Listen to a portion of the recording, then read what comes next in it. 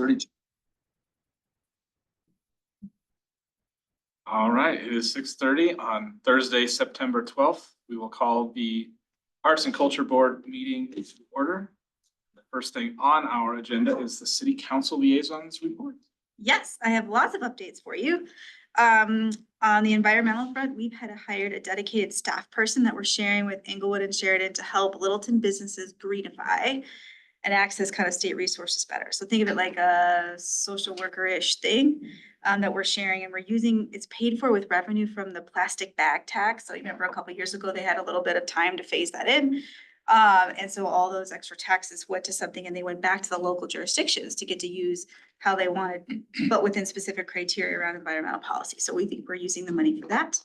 We passed an economic incentive policy for the city to attract more businesses to downtown. The downtown is also fundraising for a tree program. Did you guys talk about that last month? Okay, so they are, as you know, those trees are gone and we will bring them back probably right after we finish refurbishing the downtown. So in the interim, the Littleton Downtown Development Authority is kind of doing a fundraiser to find businesses or individuals who are willing to sort of fund the trees that could be that out there at Christmas. What we're thinking is it would be like giant planter box, like big planter box that holds the tree. And then that tree would either be placed somewhere else to be planted later. And then maybe you'd have like your name on a plaque or something for the tree. Or it could go back to the individual. I can't remember the specifics on that. That's kind of cool. The Nevada Street Bridge is going to be reopened as part of Project Downtown. Kelly Narney is retiring. Did you cover that? Yeah. Her party's on Thursday. Today, we did, yeah. Today. Oh, yeah, today's her last day. Judge Huffine, she also is retiring. And we just hired a new judge who we swore in 2 weeks ago, Mandy Lesserman. Not a ton of court experience, or not a ton of judge experience, but a great litigator. And she's a Littleton person, loves this community, has the kids here, has big community connections. So we're thrilled that she really wants to, again, leverage this as a community building tool. That was a no-brainer for our council. We got a marijuana tax that's going to be on the ballot. It'll probably be a 4% increase for recreational use. And that revenue is going to go toward mental health and crisis services. So you're going to see that on your ballot initiative. You'll see that in the blue book. So, I mean, I'm going to support it. We're also starting stakeholder engagement for our housing policy. So that's going to include preservation and protection for renters. This came out of the mobile home parks that went up for sale and kind of really scared a lot of those groups of folks. So I'm excited that we're going to move forward on that. Did you guys talk about the Kettering Park Master Plan? It's in the works. I think that involves us. I didn't have time to give your announcement last time because Okay. I got it afterwards. Okay. So yeah, we have kind of a high level draft of what Kettering Park is going to look like. That includes, like, some of you may have seen that and commented on it. So we're moving forward on that, but it's only funded like 10%. So it's going to take a while to get all the funding that we need for that. And you know, that the Kettering Lake is starting to drain considerably. We are exploring some options on, you know, what it would place. A couple of my council members really want to look at that even more in depth of seeing what would it cost to actually find a whole nother aquifer. What do you call that? Like a well, I guess. Looking at Another well. Another well. Yeah, A deep- yeah. a deep- I ambivalent about that. And then Tri-Cities homelessness, since I know that's always been a topic for a lot of you that are curious. We got our point in time count. So that's what they do in January across the country to try to count who was homeless at that given point the last, you know, week or 2 weeks of January. So Littleton's number is 121 that were in Littleton. 77 vehicles. This is just in Arapahoe County. We're also included in that. So we're trying to work on a safer parking initiative for those who are unhoused but living out of their cars, because technically it's illegal to park on public streets. And 77 were counted in, not in our number, but in the Arapahoe County number. More like 47 of that was in the Tri-City. So between us, Englewood, and Sheridan. And our point in time count, our 121 that was counted, that's higher than Englewood. It's higher than Englewood and Sheridan. So it's kind of an interesting trend. And then we're working on reviewing the stadium district funding and the local partnership funding. You already put in your request for the arts and culture funding. And so far, nobody's raised any concerns about what you've put forward. So we're working on that other stuff, and that'll be approved with the budget in August.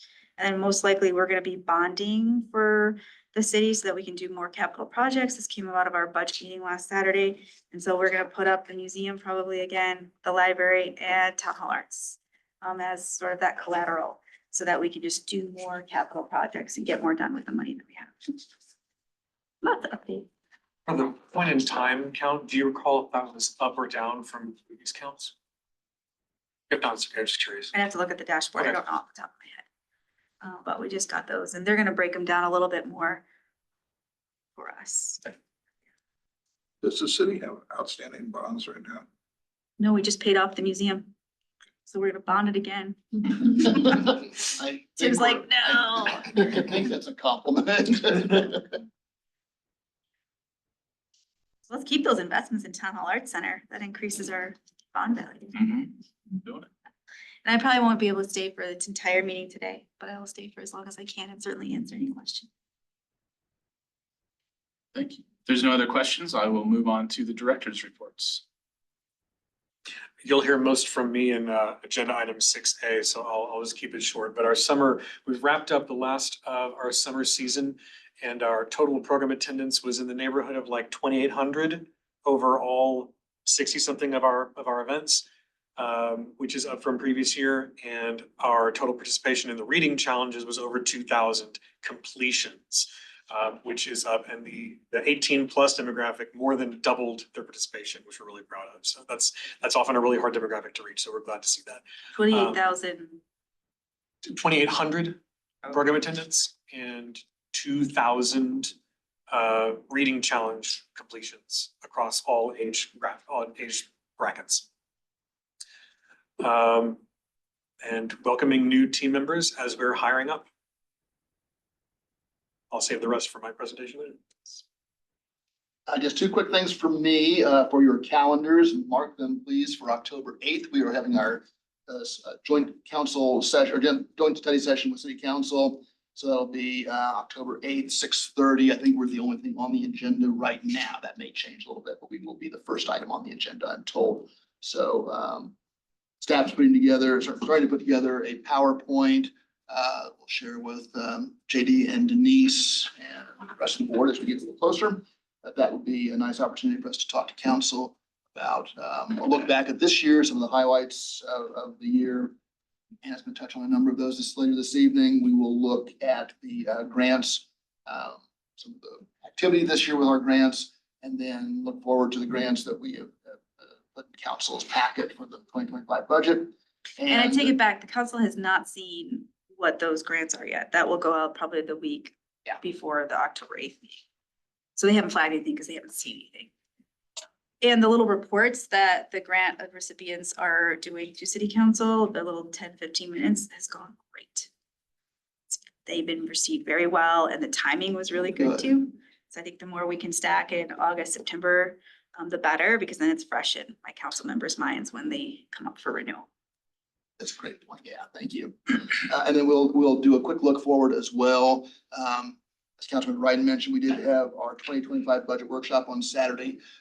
Didn't really touch a lot on the Lodgers Tax Fund 27, but did have just sort of a brief summary of where we were with the total amount of revenue that was available to be distributed. We did mention that at the finance director as well, that we did have to reduce the awards this year again because revenue projections went down, which triggered, I thought, a really interesting conversation from council about their interest in having us bring back the Perception Public Art Program. We are scheduled to talk to them about that next year. And then I know JD has talked about potentially visiting about the seat tax that we haven't done a lot of work yet, but I think that would be part of the same conversation we had with them in Q1 of 2025. So good things on the horizon, and I was really appreciative of council for raising those, and it got nods around the table. No one was in opposition to revisiting percent. So I think that's great news for the board. Any questions from or of Tim, Dennis? I did want to jump on with one other matter for your attention. At the study session to City Council last yesterday, I don't know what day it is. The results of the citizen survey were presented, and there were 3 new questions in this year's citizen survey having to do with arts and culture. So question number 1 is, how often do you engage with cultural activities? 0 times, answered 26% of respondents. 1 to 2 times a year, answered 39% of respondents. 3 to 5 times a year, answered 20% of respondents. 6 or more times, answered 15% of respondents. So that is interesting. Barriers for attendance. Why don't you attend more? 56% of respondents said it was a lack of information. And I will note that respondents could check more than 1 box. 53% lack of time. 27% lack of interest. 15% were the cost of the activities. And then down in 10% or less was safety and security, poor quality of activities, distance from home or other. And then the last question was, how likely or unlikely would you be to attend each of the following types of events in Littleton if they were offered? And these are answers of likely or semi-likely, but live music and events, concerts, 81%, concerts and festivals, 75%, art shows or exhibits, 71%, theater performances, 70%, comedy, stand-up performances, 64%, history or cultural lectures, 58%, film screenings, 56%, literary events or readings, 43%, or live dance events, 33%. So we lobbied hard to get these questions added to the survey. It's not easy to get real estate on those particular surveys. And so what I'm very hopeful of is, 1, we can keep them in future surveys moving forward. And 2, this will give our group and others a good standard of measure so we can start to look at our strategic planning initiative successful. There's a lot there that is very overcomable. Most of the things that people are likely to attend already exist in Littleton. So if we can get them the information about it, that seems to be the biggest barrier and a good driving factor. So I was super excited to see those in the survey, super excited to see the results. And thanks to Kelly Nardi and her team for getting them in there. I will just say thanks to our chairman for being very persistent with Kelly. She was actually very complimentary of your idea to put those in, but it is a lift to get new questions in the survey. So thank you, JD. Yeah, we were told no, we couldn't put in new questions, so well done. How many respondents were there? 6,200 surveys went out. I feel like it was 10% responded. It was higher, but not a lot higher. I want to say it was 12. 1,200 or 12%? What's that? I thought it was like less than 500. I don't know what Like the respondents. I was just thinking, but I think Kelly said this. It sounds like somewhere in the 10 to 12% of surveys sent responded, which on the whole is a pretty decent response rate. I think it puts the margin of error within 4 or 5%. Do we have Kelly's replacement yet, or when will that be posted? They're planning to post it soon. I know HR is working on the job description with city manager and Kathleen. But I think in the next week or 2 is the plan. Oh, okay. And I think I also think they're planning to do a national search. Usually do with department heads. Kathy Weaver is serving as interim. And did you mention September 30th in your dates? I did not. I didn't know if that was coming up later or not. I will mention it. Okay, perfect. So the next thing on the agenda then is public comment. I don't see anyone here from the public who wishes to offer a comment. So we will move immediately into old business, ratification of the vote to revise the 2025 grant award recommendations. Yeah, I mean, this is just the chair reading the results of the vote into the record since we did this via email. Okay. So we took an email vote on whether or not to reduce the amount of awards and did so in the manner recommended by staff. And that vote was 10 in favor and 1 opposed. So what we're gonna vote on now is whether or not to accept that. So this doesn't change. You actually don't have to vote on We don't have to vote on it. Nothing. You get nothing. It's just done. 10-1. it. It doesn't need to be read in the public record. Thank you. I tried, everybody. The next thing then is Oh, up. JD, if you don't mind, apologies. This might be a good time to Yeah. distribute this just for people to take a look at. In light of the adjustments that we've made again this year. I'll take some. Thanks, Dennis. Staff went ahead and did a quick dive on the reevaluating the policy that we use for these grants every year. As we told council, the board would be revising these annually after we go through our cycle. So this is just a starting point for the board to revisit. Nothing for you to do tonight. We just wanted to have you have a takeaway from the meeting. We'll send this out to you electronically also, but it was based on conversations we've had with various board members and then meeting with JD and Denise to talk about some of the things that we have noticed now for our first 2 years. Thank you, Dennis. For our first 2 years through grant cycles. So nothing set in stone here. These are simply starting points for us to visit about at the October meeting. And either Anna or I are happy to answer any questions as you have a chance to go through them.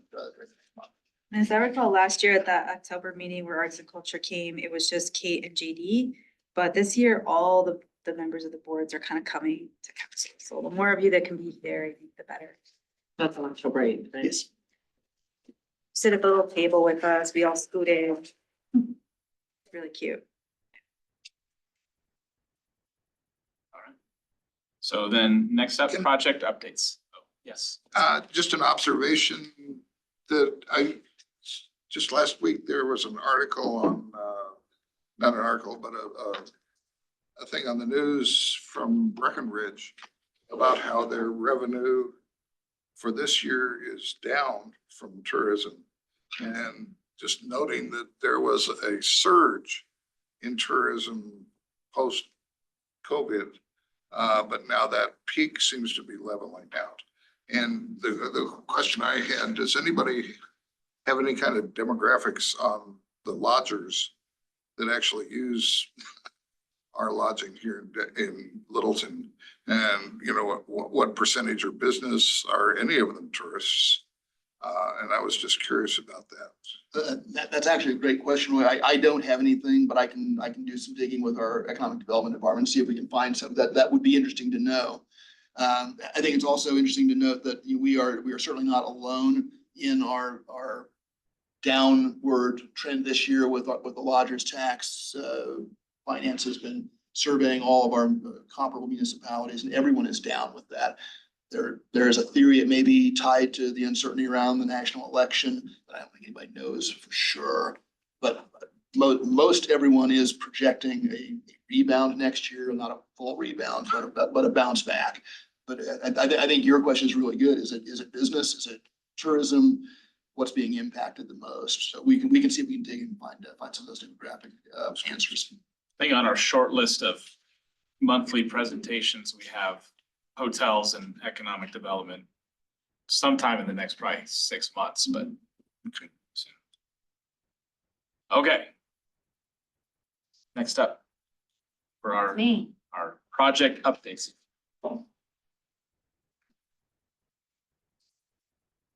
Great. A few items and updates for you all before we launch into the feel-good portion of the evening. Graphic. Business versus. Mural program, no updates as of now, but I would like you to know that staff has been working on tightening up the mural program policy, and we'll have a document for you to look at in October and then discuss at the November meeting. Just as a heads up. Becky, we doing another mural crawl at some point? We'd have to check with Jenny on that. I don't think there's anything scheduled, but we'll check. Great question. Yeah. Tell Me More Tours, who was also a grant recipient, does seasonal ones, and I know he had planned on doing some this fall, but I haven't had any updates on that. So, I talked with Dr. Scare last night and they said they're gonna do a mural or they're yeah, pitching. they are pitching it. Yes, they have pitched it. It's like a The pitch has been received. As a fundraiser for them? I don't think it's a fundraiser. No, is it? I think probably a lot of the funds they'd have to provide it, because what they want to do is, they call it the eyebrow of their building. It's that really big upper level thing that stretches around the whole building, and their dream is to do a mural on that. That would be a lot of money. So that's kind of just pie in the sky idea. Right now, there hasn't been any. Oh, so they want to look at other murals to help inform the process. Yes, that's part of it. And I think they're also interested in getting some funding support, either from economic development or from us, but very, very early stages. But it would be a cool, very high profile spot to get a It'd mural. be cool because then you have the ballet and then when Yeah. the brewery does it, it'd be kind of cool to get that whole Yeah. Littleton side of the Boulevard street. stretch. Yeah. Get Yeah. Damascus to do it. Yeah. So let's let Anna present and then we'll do questions and comments at the end. Okay. Yeah, so as of now, no real updates for the mural program. Lodgers tax grants, the end of year reports for our current grant recipients are due December 31st of this year, but they do have an optional 6-month extension, which I know a few at least will be taking. Because a lot of them don't have programming or events that are happening. They won't have any data to pull from, and they will need that. So the drop deadline for our current grant recipient end of year report will be of June 30th of next year. I think the majority will probably get them in by end of year. And then meanwhile, our upcoming 24-25 Lodgers tax grants they'll receive their award notifications this fall, in line with the budget discussion, so. Master plan, arts and culture master plan, we are moving really well ahead on that. We just closed the virtual workshop survey on Monday, and we had 325 participants. Of those, only 205 were complete, but still, I think those are really pretty good numbers to have, and we have a meeting with them next week, and we'll get a little bit more information on next steps there.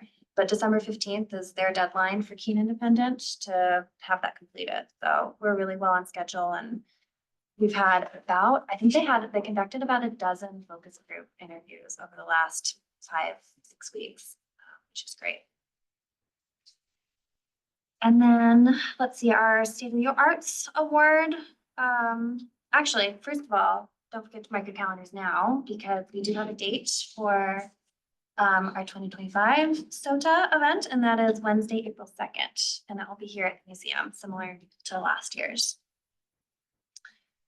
I don't have anything yet for our Arts and Culture Award, though we will be discussing that more probably at the November meeting.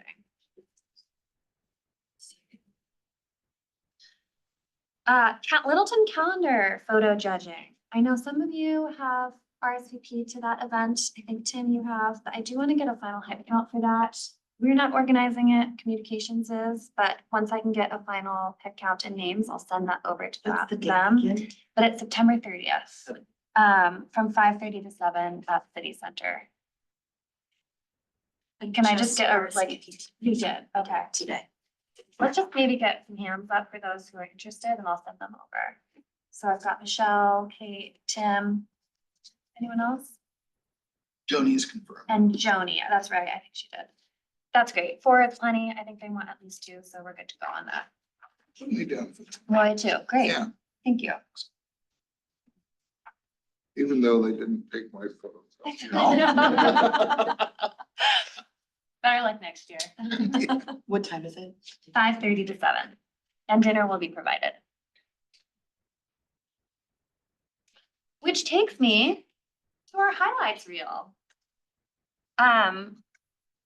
This won't take too long, but we realized that it would be, I think, a fun thing and a really rewarding thing to see the work that you all have been doing for the last 1.5 years in action in the community. So I wanted to just take 10 minutes even, just to scroll through some photos and quotes pulled mostly from the media reports from this year's grant recipient.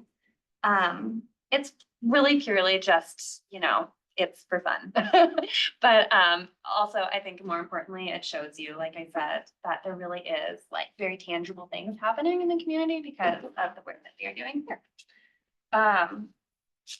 We also have very adorable thank you notes from the 4th and 5th graders at Centennial Academy of Fine Arts, which received around $20,000 last year for some updates to their, like their cafetorium.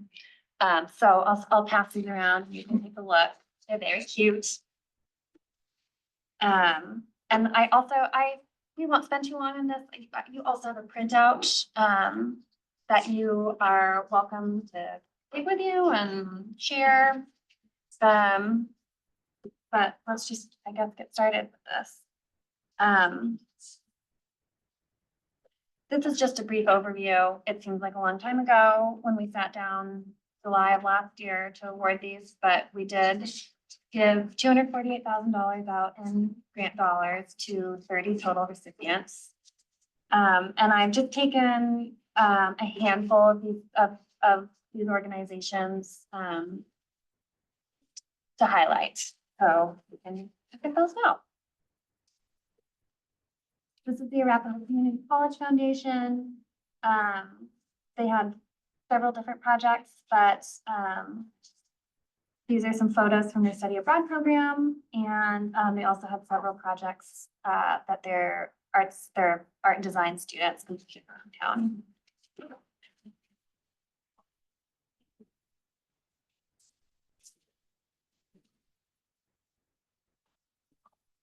The Arapahoe Philharmonic. They say they've gone well beyond their original scope. And they brought in some of their musicians to retirement homes and schools.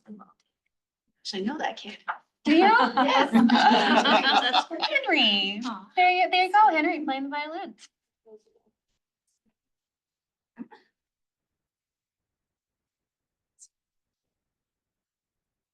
Biga Littleton Sister City Exchange. They purchased a banner, they printed membership brochures, and they have a web designer who's creating a new website. And they're doing some work with their student ambassador program at Littleton.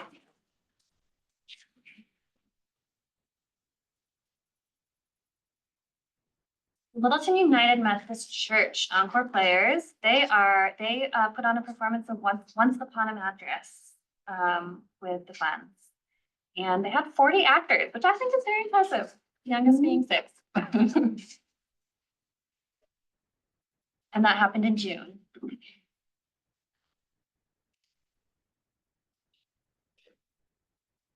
The Littleton Fine Arts Guild did mostly a marketing push to promote their events. And they'll be hopefully continuing next year with the same grant program to continue that at the Depot Art Gallery.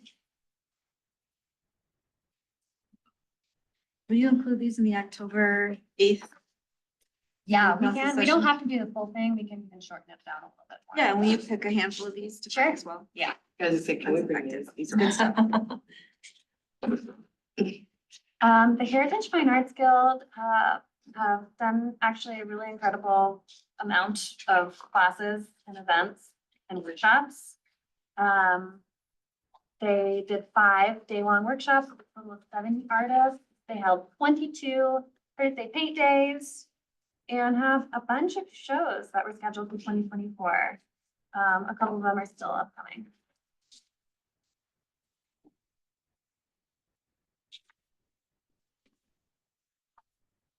Hudson Gardens hired a consultant for their master plan, and they did issue an RFP, and I think they hired a consultant. We're actually supposed to have our first planning meeting today. JR from the Hudson Garden is out sick, so. Okay. Scheduled, I think, for next week. Monday.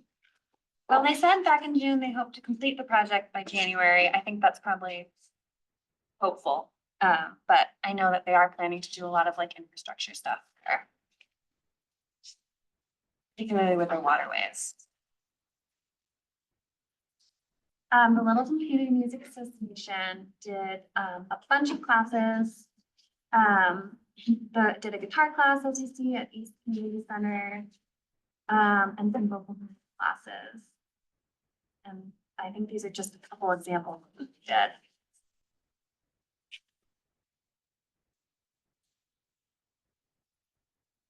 The Littleton Youth Ballet purchased beautiful new costumes for the Vaz.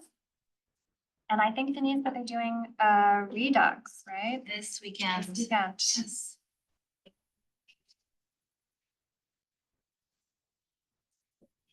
The Symphony Orchestra hired a house manager and a stage manager, and have upped their number of sectional rehearsals. So it's, more some like internal development, but they also did a bunch of free concerts too.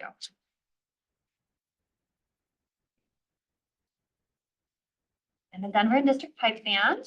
This is a picture of one of their performances. I know their big thing though was a performance earlier in the summer at Apple Grove.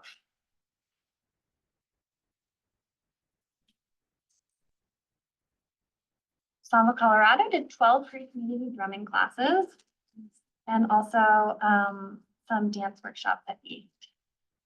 Where's this? Samba Colorado. No, where? You know, I'm not sure. These are the pictures they submitted in their mid-year. I assume that was at East, but is it not? I've never been there. It's not East. Not East. No.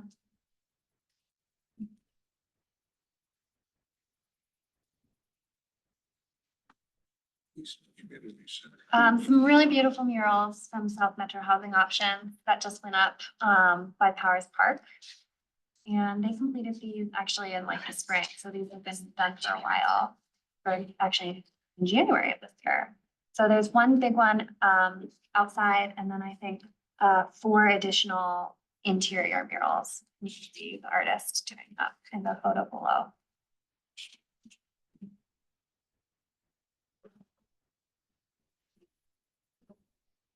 Filming more tours, which I mentioned earlier. He said he's gonna do an autumn cluster mural crawl, so TBD. That was very fun. I actually was one of them. Did he charge for these? No. And then finally, the Women's Caucus Art Colorado, they have a traveling mural exhibit. They did some half-day workshops, I think, already, and then later this fall, they're doing some collaborative art show projects with ACC.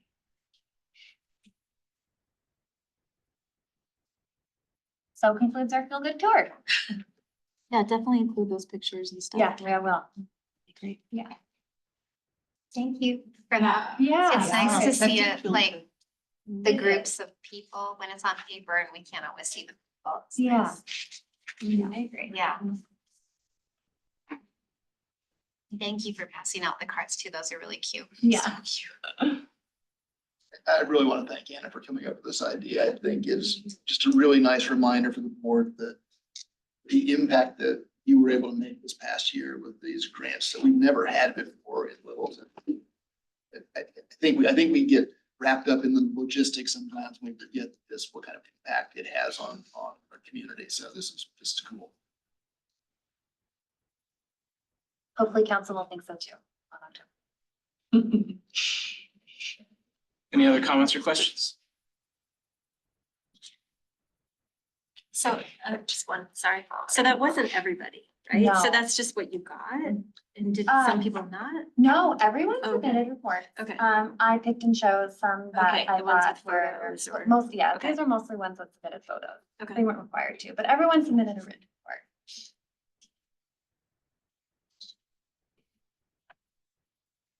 Very good. Next up then, under new business, is the library department overview presentation. Last week or last month, I missed the museum presentation. Very sad, but I watched it. And I love these. And the reason I love them is severalfold. One is just because I think it's valuable information for us. But hopefully what it empowers us as board members to do is go out and be voices and ambassadors for these institutions and the groups and the entities that we sort of represent. And so I hope that they are informative in that way, is in addition to just being interesting. Because I am never struck or never failed to realize how unusual it is for a city like ours to have institutions like these.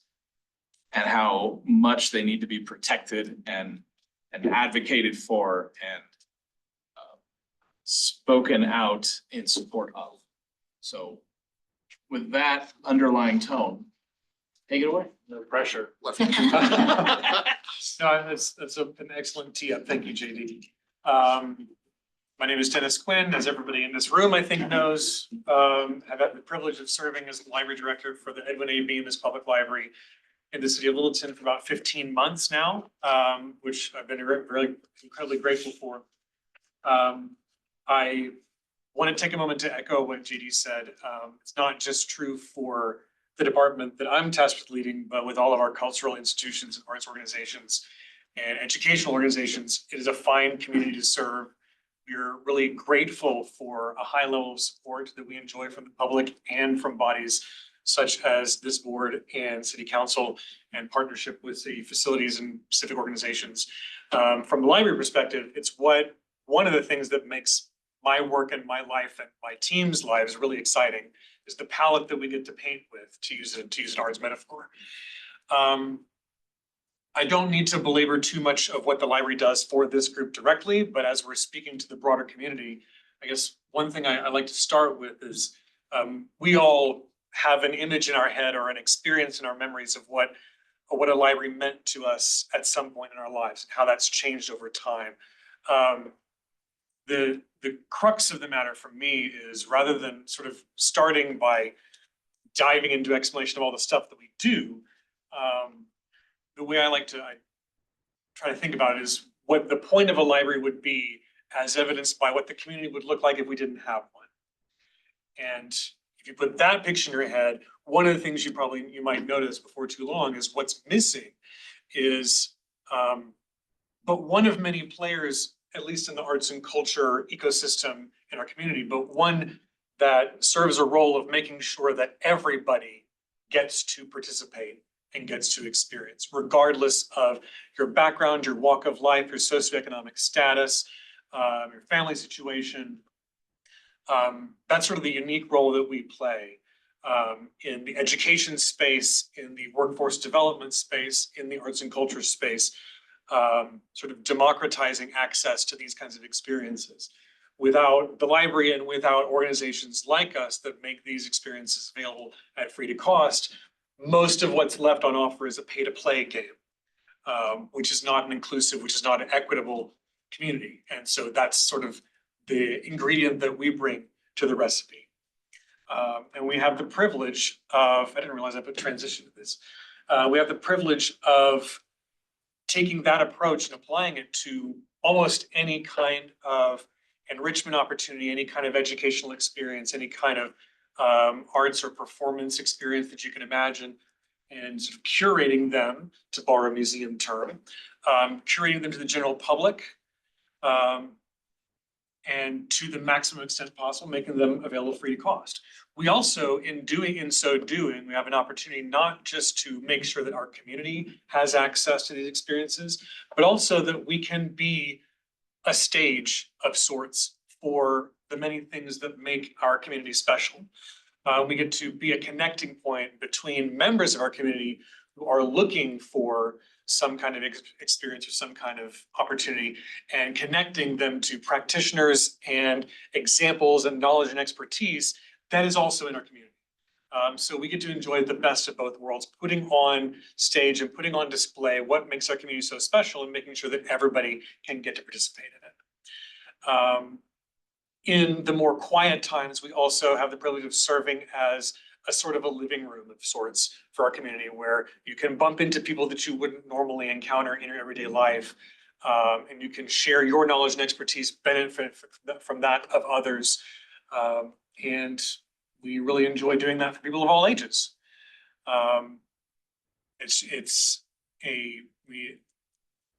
We enjoy doing all those things and more, and just sort of promoting and sort of sparking opportunities for excitement and curiosity.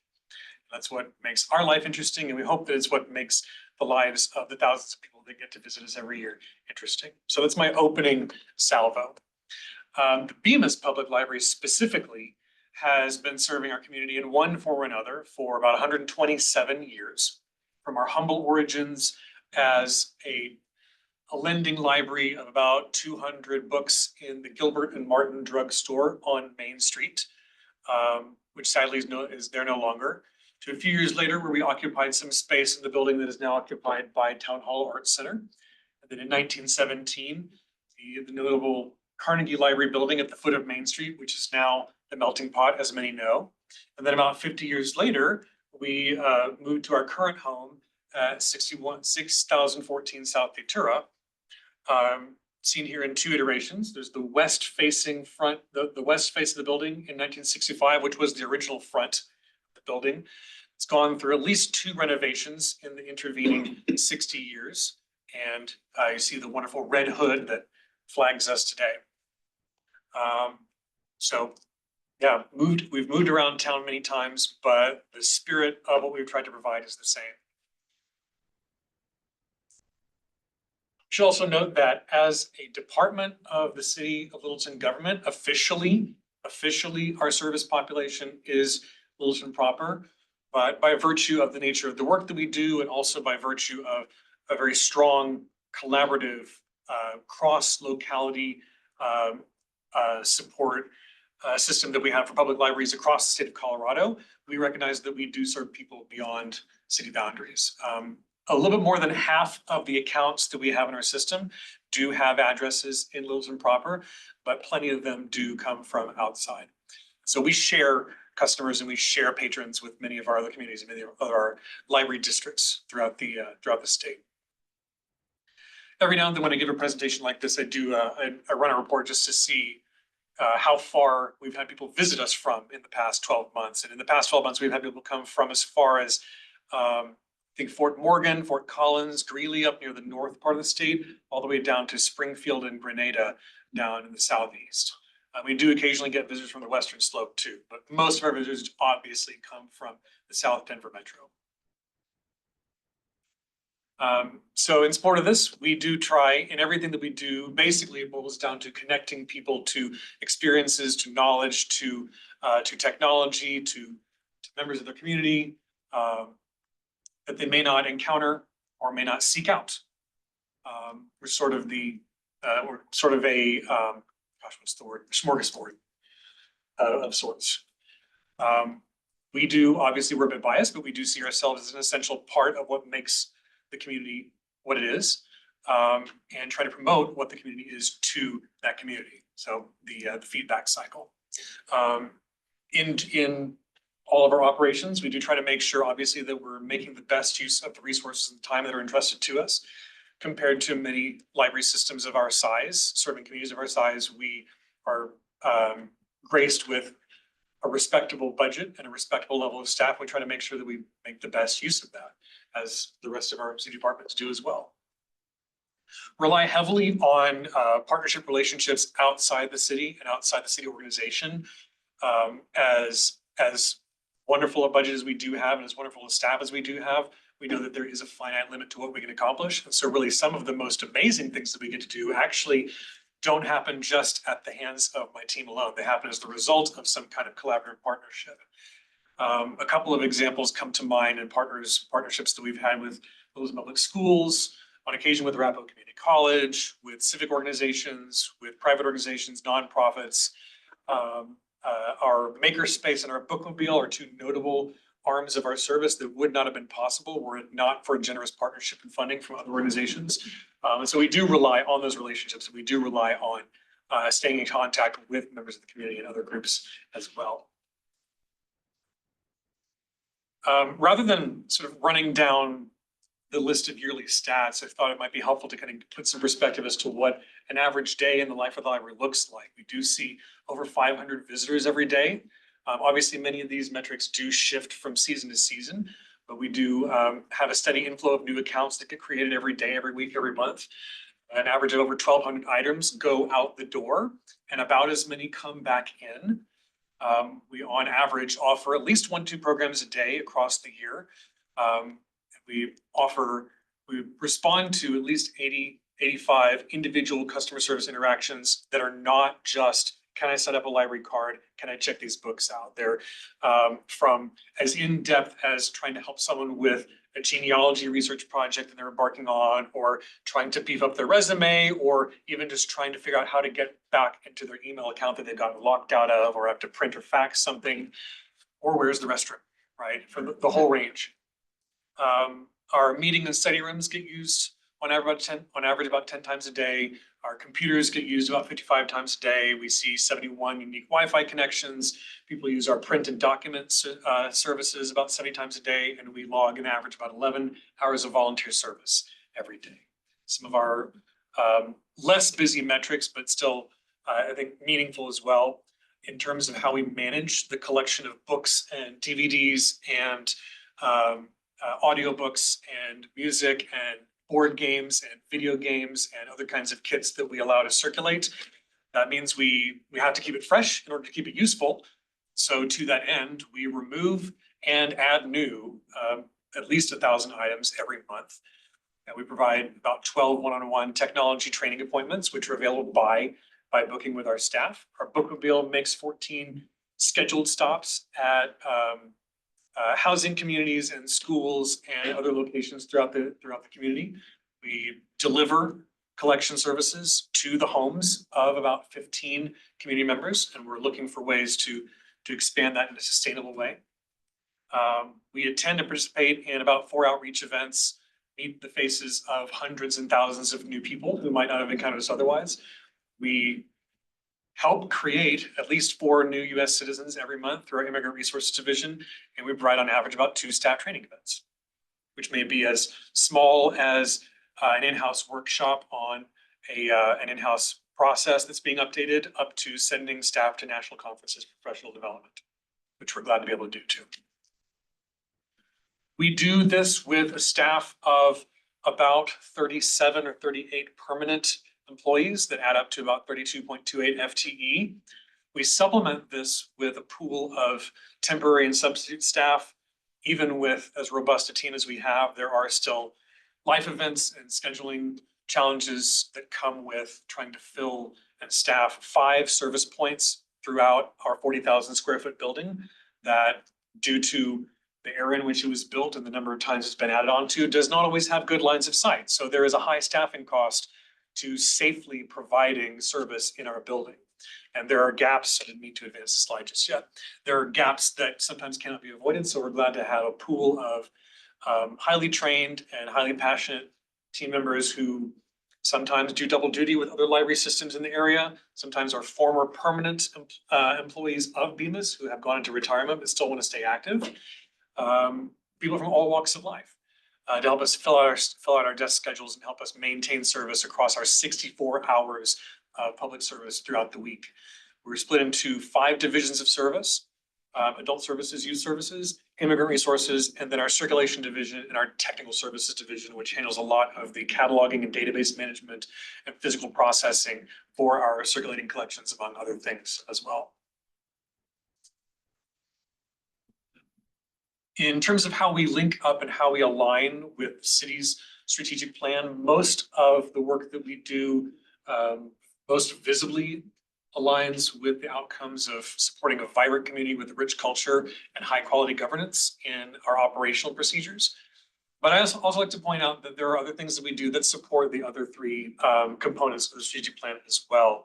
I mean, obviously, the array of programs that we offer across the year, access to services, access to technology, access to reading collections and video collections, promotes culture in so many ways. But in everything that we do, like our counterparts in the city, we do try to make sure that we're using our resources and our time in a sustainable way, even if it's not necessarily ecological sustainability, though there is a part of that as well.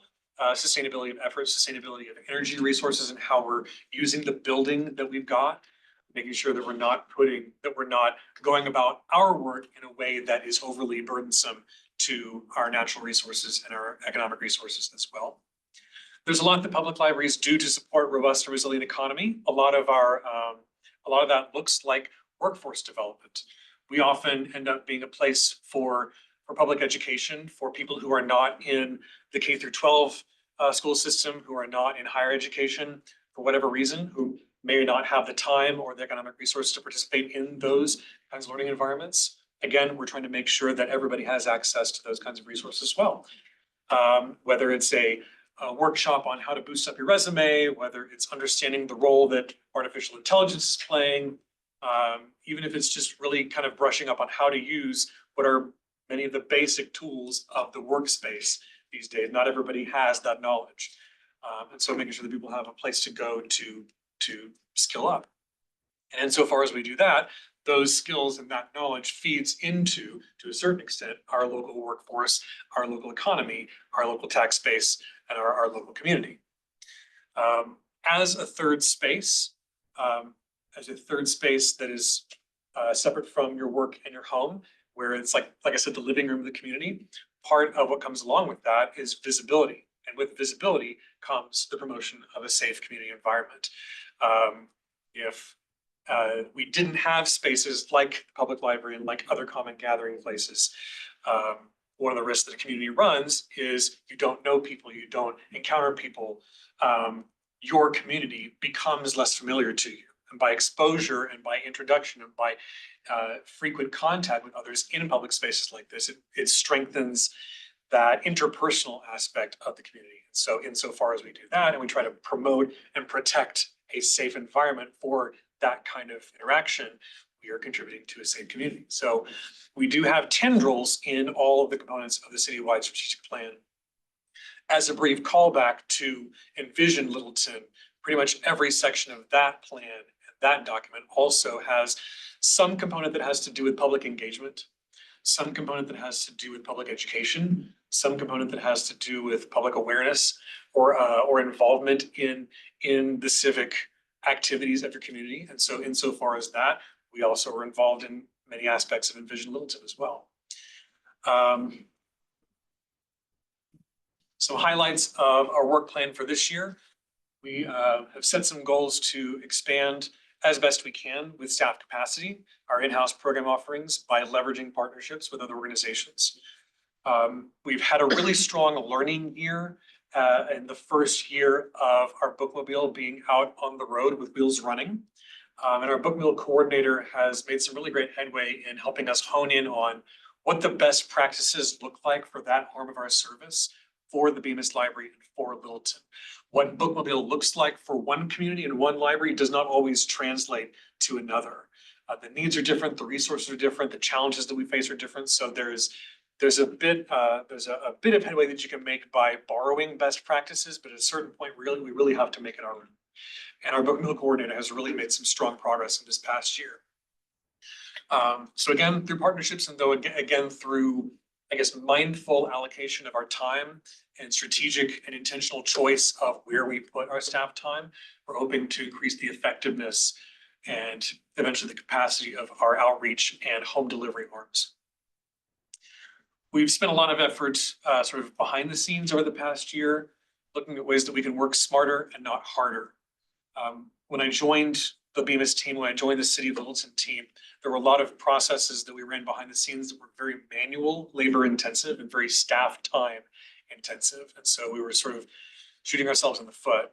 We've been really glad to be able to incorporate some automated technologies, some, I guess, room reservation platforms, some event calendaring platforms, some automated communication platforms that help us make the better use of the staff time that we have at our disposal.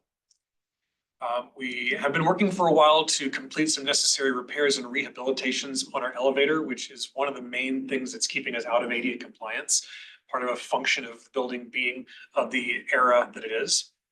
We have an RFP out right now for the replacement of our automated sorter. If you haven't seen this piece of machinery, I'd encourage you to come by, just let me or the staff know. And we also give tours to the public as well who aren't here in person. Radio frequency ID technology has really revitalized and really reshaped what library service looks like, the back-end operations. Many of you may remember the card that went in the slot in the book.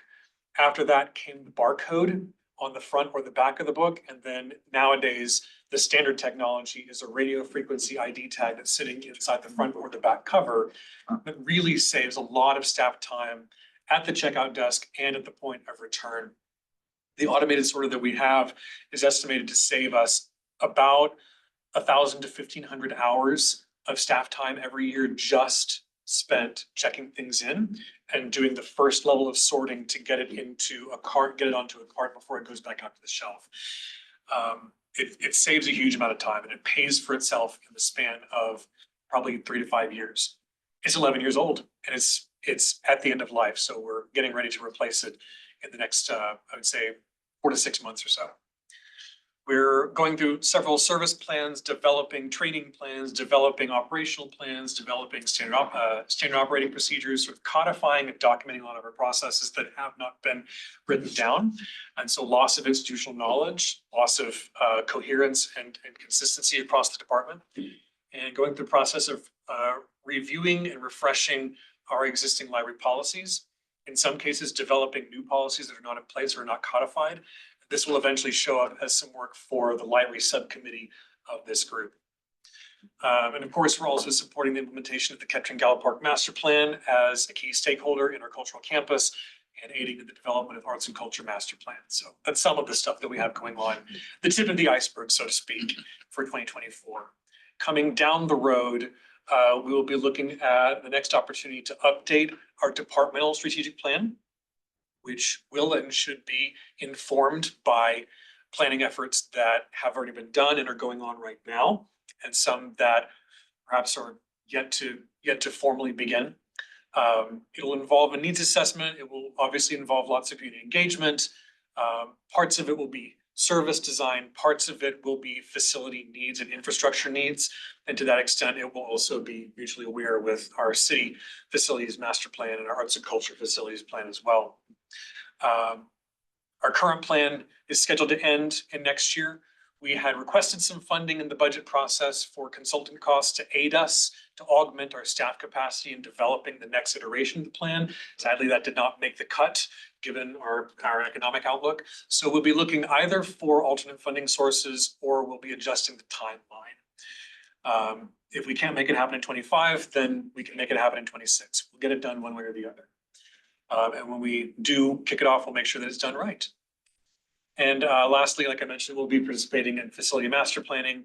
Our current facility is 60 years old with many systems nearing or past end of life, a lot of our building systems, our HVAC, our electrical, our plumbing. Anytime that we need to make any kind of modification to the building or add any sort of power or make a, like even change a light fixture in some cases, it's opened up sort of Pandora's box of the layers and the archaeological layers of wiring and electrical codes and all that. So I do want to be clear, though, we do recognize, and we hear almost every day about the special place that our current building has in the hearts of so many of our community members. That is also, that's one side of the coin that comes with having been at our current home address for 60 years. And we fully want to fully honor and respect that, but we also do need to be having some conversations about what the community needs from its library now and for the next 50 or 60 years. As I've said before in this presentation, the way people used libraries 60 years ago is not the way that we use them now. The role that we filled 60 years ago is not the role that we fill now, and we can only imagine what it will be over the next half a century. So we have been having some of those conversations and we'll continue to be having those conversations as we work with our partners in Public Works and the Planning Department and City Council and City Manager's Office and all of our stakeholders throughout the community. So that will be informing a lot of the work that we do over the coming years. I'll wrap up my presentation by saying this. I meant to say it earlier, but I was very interested in the findings from the couple of questions that got added to the citizen survey. My ears instantly perked up when I heard that our community wants strongly to be able to enjoy arts and culture amenities as well as other educational offerings that we participate. But what are the ingredients again?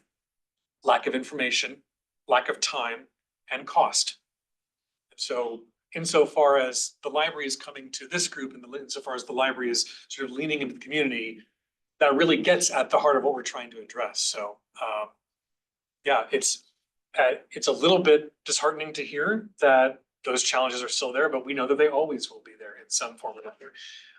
And so I think it's an excellent example of why we're here, why Bemis is here, and why I'm proud to be serving with the team that I get to serve with. So with that, I'll thank you for the time, and I'm open to any questions.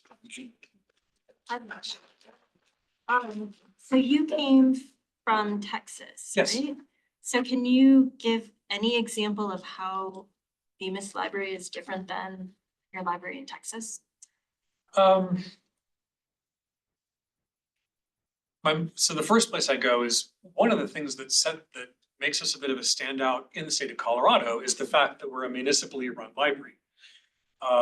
When many, if not most, of the library systems in our state tend to be standalone tax districts, which is a different governance structure in many ways, and you actually see some correlation in some cases about what the service looks like, what the positioning looks like on the front side as a result of that governance structure, in good ways and bad ways. In Texas, municipal libraries are generally par for the course. So this kind of governance structure for a library was the norm in Texas. Some county libraries as you get to the western part of the state where the population kind of thins out, but very few standalone tax districts libraries. So that was one difference that really sort of stood out to me as I moved to this state. Obviously, I mean, you don't need me to go on very much about how the political environment in Texas is different than the political environment in Colorado. And that does play out in a lot of the kinds of issues that come to the plate for public libraries and public schools. So there's that. I mentioned that we do enjoy a healthy amount of funding. Average funding in the state of Texas is less than we enjoy here. The level of staffing has been higher, but also that's linked to the fact that we are trying to provide public service in the building that we're trying to provide. And so in a different environment, the funding needs and staffing needs might be different. Those are a couple things that come to mind. Is that a useful answer to your question? Yeah. Right. What about homeschool kids? Do you get a lot of, or is that any different from like Texas? Like, do we have a lot of homeschool kids in Littleton that just come to the library every day? Yes, and I think it's pretty safe to say that's something the public library industry really sees across the board. Weekly story times are a standard issue. So if you're a homeschooling parent who has some number of kids, you're not in the school system, it's not only a free opportunity to build early literacy skills and to bond with your kids, it's also a chance to be out of the house, and it's free. And so that's certainly one of the audiences that we really have a good relationship with here at Bemis and in public libraries generally across the state. It's also pretty common that we have a strong relationship with a lot of our elder citizens. With so many of our institutions, it's often the middle demographic age brackets that often are harder for us to reach. We do a really good job of And engaging. they're the people that probably answer the survey, the middle people, right? And that's the tragic irony, right? And so that's a disconnect that we always are trying to find ways to solve for. And if there were a magic bullet for it, then it wouldn't be the situation, but yeah. Interesting. So there's a lot of similarities. There are some contrasts. I think largely not entirely due to, I will say many of them not necessarily having to do with the community specifically, more having to do with the state. But I'll bring it back to acknowledge that really any public library would be jealous of the extent to which we get to play in the arts and culture space because of the appetite and the support and the number of practitioners that we have in our community. That's one area that we really are spoiled in a good way. And we love every chance that we get to put that on display and to celebrate it. So. Well, thank you. I was just curious, being a public building, do you have much of a problem with, I guess, tourists and housed individuals? I would say not very much more so than with the population at large. Yes, we do see many people. We welcome in visitors all the time. who, some of whom we know are unhoused, many of whom may be, but we wouldn't know. But we find that, I mean, by and large, we're protecting and preserving a space where people can coexist.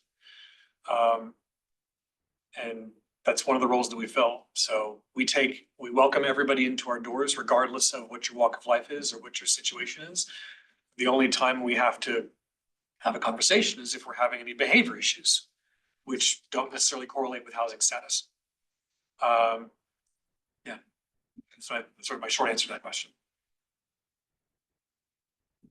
Is there a social worker on your staff? Not on staff. Okay. Some libraries do, some libraries in our state and our country have carved out personnel positions specifically for social workers. We haven't got that. So we rely on partnerships. We rely on organizations such as All Health. We keep an open line of communication with the Life Center down the street. We have a really strong relationship with Graceful Cafe and by extension through Movement 5280. And I and a couple of my team members actually sit on the meetings of the Tri-Cities Homelessness Task Force. And so we do try to stay plugged into the partner network, even if we don't have someone on staff. Thank you. Any other questions? Well, I'm not gonna make anybody raise their hands, but if you are not a member of the Friends of the Littleton Library and Museum, you need to be. I think it's $15 or $10 a year to be a member. And that organization supports and in many instances supplements things that our city general fund cannot provide for. So go sign up. Just a question about that. I think that I signed up, I'm pretty sure that I have lapsed a couple times. Is there no automatic renewal or no, is it your responsibility to say, oh, I've expired, I need to come pay? You should get I'm sorry. You should. They're working on tightening up the systems that should be working automatically. But if something has fallen through the cracks, we can connect you to the person you talk to. Okay. And I'll just follow up. And if you are members, get your friends to be members. If the values that have been expressed over the last 2 months, these 2 presentations align with your values, then membership in that organization should be an easy decision, I hope. So just, there's my plug. And I'll put a cherry on top of that by saying that I'm sure both the library and the museum and the Friends would also welcome support in the form of volunteerism, even if not in a paid membership. The point is we want as many people to be involved as possible. The more the merrier. All right. Thank you. That brings us to the end of our agenda. The last thing is a member roundtable. So we are moving quickly into the performance season, and a lot is starting to happen in the Littleton world of arts and culture. So if you happen to know of things as we go around the table, please share them. Otherwise, anything else that is relevant to this group, and I'll start, Emily, with you. I don't have anything off the top of my head, thank you. Today.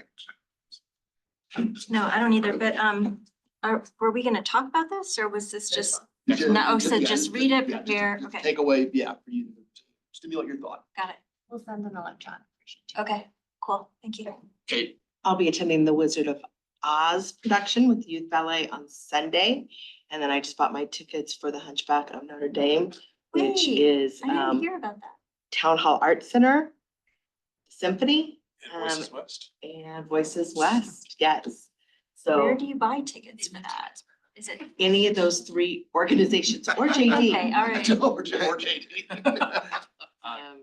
But it is really our first unifying, or what do I want to say? Collaborative effort. Collaborative effort that we're really gonna see. And And I think it's something that, I'm gonna add in that collaboration, which has been a spectacular undertaking, is a direct result of the CAP program in this commission / board.